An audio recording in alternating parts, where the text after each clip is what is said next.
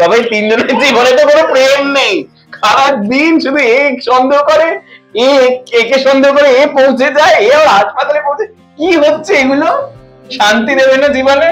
সৌর্য আমি দেবো না, আমার নিজের জীবন আগে শান্তিতে আসুক, তারপর লোককে আমি শান্তি দেওয়ার কথা ভাববো। মিথ্যেটা করতে গেছিলে কেন? বাচ্চা হবে, এইসব হবে, কত কিছু ভালো, তো একটু তো টার্ন হচ্ছিলই তোমার দিকে। আবার বাচ্চা, বাচ্চাটা আমি বলেছিলাম, মিথ্যে কথা বলেছিলাম, ঘোর অপরাধ করেছিলাম। হ্যাঁ, একটা বাচ্চা গর্ভে আছে, মিথ্যে কথা বলেছিলাম। কেন বলেছিলাম? আমাকে কেউ সিরিয়াসলি নিত না। যেই বলেছে আমি প্রেগনেন্ট, সবাই কি প্যাম্পার, শ্বশুর শাশুড়ি, মানে শ্বশুর বাড়ির প্রত্যেকটা মানুষ মানে রানীর মতো রেখেছে। ইভেন এও কি ভালোবাসা তখন উত্তরে পড়ছে। তো তুমি কি এমনি এরকম করো? কারণ তুমি তো নীলুর মতন চরিত্র কিছু কিছু বাড়িতেও এরকম করো। কিন্তু এরকম হয়তো আমার বয়সে ছিল। ইভেন এও মানে প্রেগনেন্ট তুমি সেটা জানার আগেও আমাদের মধ্যে বহু রোমান্টিক সিন গেছে, বহু, মানে কত রোম্যান্স। যেই মুহূর্তে আমার মনে পড়ছে না কেন বল, কেন? আচ্ছা, নীলু দেবাজিতা এরকম করবে? এরকম টক্সিক শ্বশুর বাড়ি পেলে অবশ্যই করতে পারে। আমি বলবো আমি করবো এরকম টক্সিক শ্বশুর বাড়ি, এরকম হাজবেন্ড, এরকম শ্বশুর বাড়ি। আচ্ছা, টক্সিক শ্বশুর বাড়ি পেলে পরে এক্স্যাক্টলি কি কি করা উচিত? অ্যাকচুয়ালি দেবাজিতা হলে মানে ছেড়েই চলে আসতো। দেবাজিতা কি করতে? শুধু ছেড়ে দিত? ছেড়ে দিত। টক্সিক শ্বশুর বাড়ি পেলে মানে প্রথম অ্যাডজাস্ট করার চেষ্টা করতো, যেটা নীলু করেছিল। শোনাতো না কথা, হ্যাঁ না, কথা শোনাতো না, একেবারে চলে আসতো। এত ঝামেলার মধ্যে অত এনার্জি নেই দেবাজিতা বাবা। আবার better luck next time, better luck next time. মানে হ্যাঁ, হয়তো প্রথমত একটু অ্যাডজাস্ট করার চেষ্টা করবো ওদের মতো, কিন্তু আর করবো। সৌর্য বসে বসে আসছে। আমি শুনছি ওর কথা। হ্যাঁ, বলার জায়গা নেই তো না, কি করবো? খারাপ কিছু বলছো না তো? ঠিকই তো বলছো। ও মাইক আছে? হ্যাঁ ঠিকই তো বলছো, আমি কেন অপোজ করতে যাব? মানে এক্স্যাক্টলি তুমি কি করতে? তাহলে এরকম যেভাবে তোমাকে বউ জ্বালাচ্ছে, বলো কি করতে তুমি কি করতে? আমি সপ্তর্ষি। প্রথম কথা, সপ্তর্ষি এরকম সিচুয়েশনে পড়তোই না, হতোই না। যদি পড়তো সেটা দেবাজিতাও পড়তো। এবার যদি এটা এমন একটা সিচুয়েশন, এটা ওই যদির কথা নদীতে, মানে এটা ভেবে ওভাবে বলাটা খুব ডিফিকাল্ট। সপ্তর্ষি জায়গা থাক, সৌর্য জায়গা। Very poor answer, very poor answer, very PJ. হ্যাঁ ইয়া। সুমন, তুমি বলছো ওখান থেকে সুমন সুমন কি হচ্ছে? এত কেন সন্দেহ? আবার এখন গড়াগড়ি কাটছ, এত কেন সন্দেহ? বাতিক আমাকে গড়াগড়ি খাচ্ছ কোথায়? এই এখন তো যাচ্ছে হসপিটালে, একটু দেখা করতে দিন, কখনো ডাক্তার, কখনো রিসেপশন। ওটা হসপিটাল হয়ে গেছে। আসলে আমার মা আমাকে সকালে একটা সন্দেহ ক্যাপসুল খাওয়ায়, ব্রেকফাস্টের সময় কেলগসের সাথে ওই সন্দেহটা খাইয়ে দেয়। আসলে রংটা কি? দুধ কর্নফ্লেক্সের মধ্যে থাকবে, সাদাই হবে, ঠিক আছে? নয় কর্নফ্লেক্সের কালার, নয় দুধের। হ্যাঁ, যে কোনো একটা। ওটা খাইয়ে দেয়, ওটা খাওয়ানোর পরেই আমার ওই সকাল থেকে ওই সন্দেহটা মানে জেনারেট করতে শুরু করে আর কি। এত সন্দেহ তাই বলে অনেক মাথায় এত ফোন দিয়ে আসে কি করে? কোথায় জানো কি একটা ফুল সজ্জা রাতে তাড়িয়ে দিলে, বেরিয়ে গেল, আবার বাচ্চারে ভাইকে পর্যন্ত জানো না।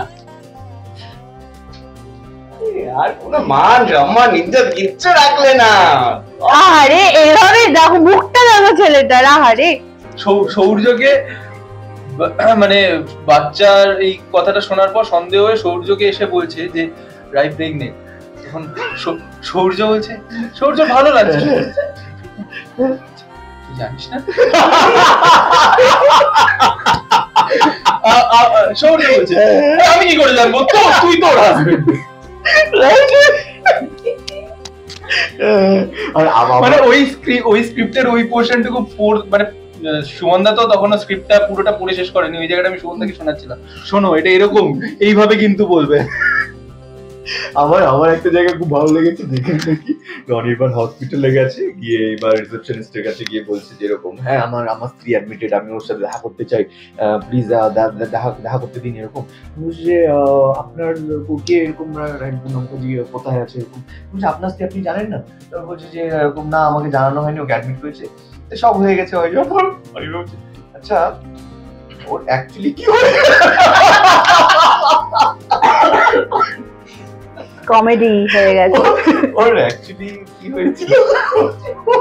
ওর বলছে যে না, ওর বলছে যে সার্জারি হয়ে গেছে, ওর সার্জারি হয়ে গেছে, বলছে যে হ্যাঁ হ্যাঁ অপারেশন তো হয়ে গেছে, সার্জারি অ্যাকচুয়ালি কি হয়েছিল।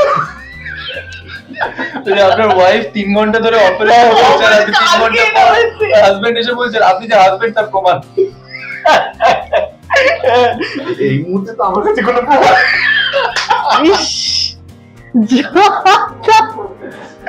আমি আমার ওই সিনটা না অনেকক্ষণ ধরে ওটাকে আমি রিহার্স করে ডান্স করেছি, বাট ওই আর কি ছয়ের জন্যই দর্শক হয়ে গেছে, স্বাভাবিক ভাই, আমিও রেখেছি।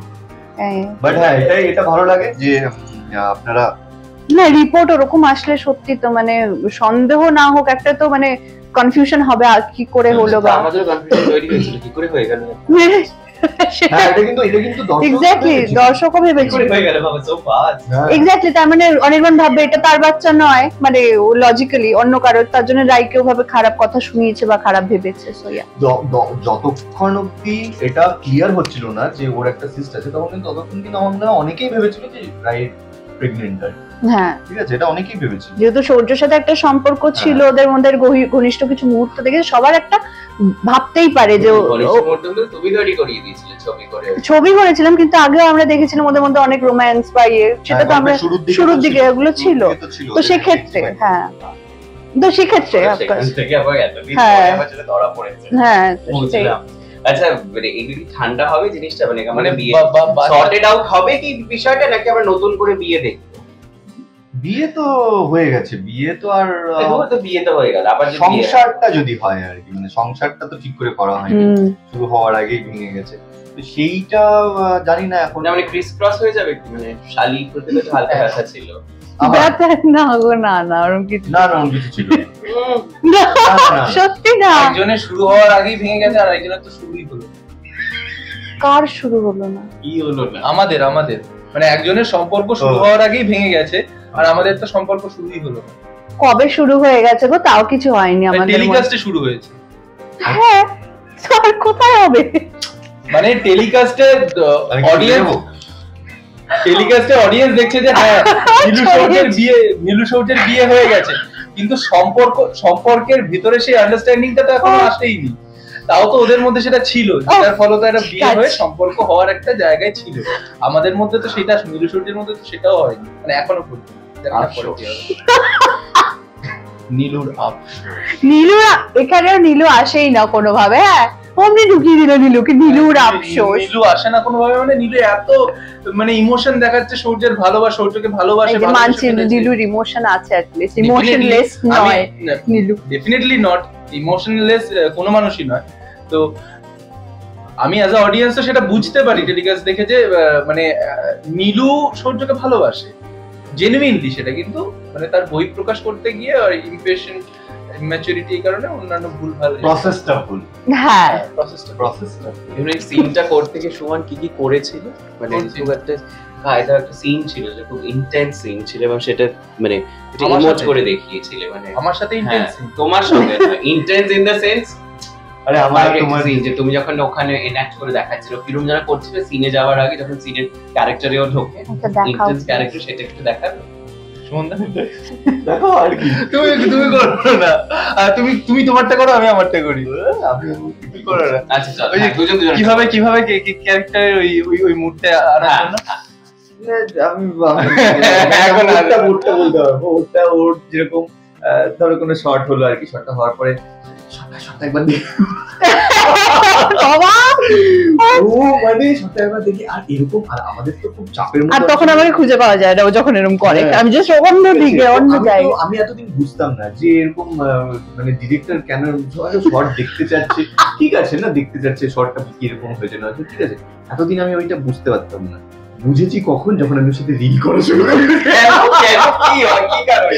আরে রিল কভার শোনে, আরে ভাই করে নি, আরো 2-3টা করে নি, তারপরে ফাইনালি যেটা হবে দেখো আচ্ছা, একবার দেখো না, মাথা খারাপ করে দেয় আমার, বাপরে বাপ। ওর সাথে ফাইনাল আমরা তো দেখছি যে রিল গুলো খুব ভালো হচ্ছে, লোকের খুব ভালো লাগছে, কমেডি রিল বা খুব মজার হচ্ছে, সেটা তো আউটপুট, কিন্তু আমাদের ওই রিল শুট করার সময় যে টর্চারটা, বিহাইন্ড দ্য সিন যে টর্চারটা হয় আমার, একটা বিটিএস কাউকে শুট করতে একটা বিটিএস। তুমি একটু সুমনেরটা দেখো, সুমন এক্স্যাক্টলি কি সুমনদা ওই সিনটা কি বলে, আমার সাথে সুমনদা যখন আমাকে যখন সন্দেহ করে এসেছিল আমাকে ঝাড় বক্সের বাইরে। ফার্স্ট শট যাবে তার আগে। স্যার রেডি, স্যার যাই, রেডি স্যার। এইভাবে ফার্স্ট শটটা হলো। ফার্স্ট শটটা হয়ে আমার সিনের লাস্টে একটা ডায়লগ ছিল, ওই ডায়লগটার আগেই সুমনদা তার ডায়লগ দিয়ে, মানে আমি জাস্ট শেষ করবো তার আগে সুমনদা ধরে নিয়েছে তার ডায়লগ। শটটা শেষ হয়ে যাওয়ার পর আমি সুমনদাকে বললাম, সুমনদা আমার না ওই ডায়লগের লাস্টের ওই পোর্শনটা তুই খেয়ে নি, মানে তুমি তার আগেই বলে দিবি। ও তোর ডায়লগটা ছিল না, ঠিক আছে পরের শটে পরের মাস্টারটাই তুই বলে দিবি। পরের মাস্টার যখন এই জায়গাটা বলতে পারবি, এই জায়গাটা ঢুকিয়ে দে। আমি কি করে ওটা ওইখানে যা এখানে যা, না তুই পারবি না।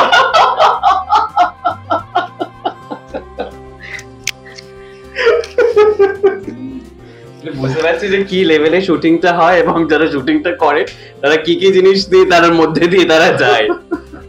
আচ্ছা বেশিক্ষণ আটকানো যাবে না। যারা এই মধ্যে বলে, যারা ভিউয়ার্স রয়েছে, প্লিজ তাদের উদ্দেশ্যে নতুন কি টুইস্ট আসে তাদের জন্য একটু শেয়ার করো। টুইস্ট তুমি শেয়ার করো, তুমি টুইস্ট ক্রিয়েট করো বেশিরভাগ। হ্যাঁ অ্যাকচুয়ালি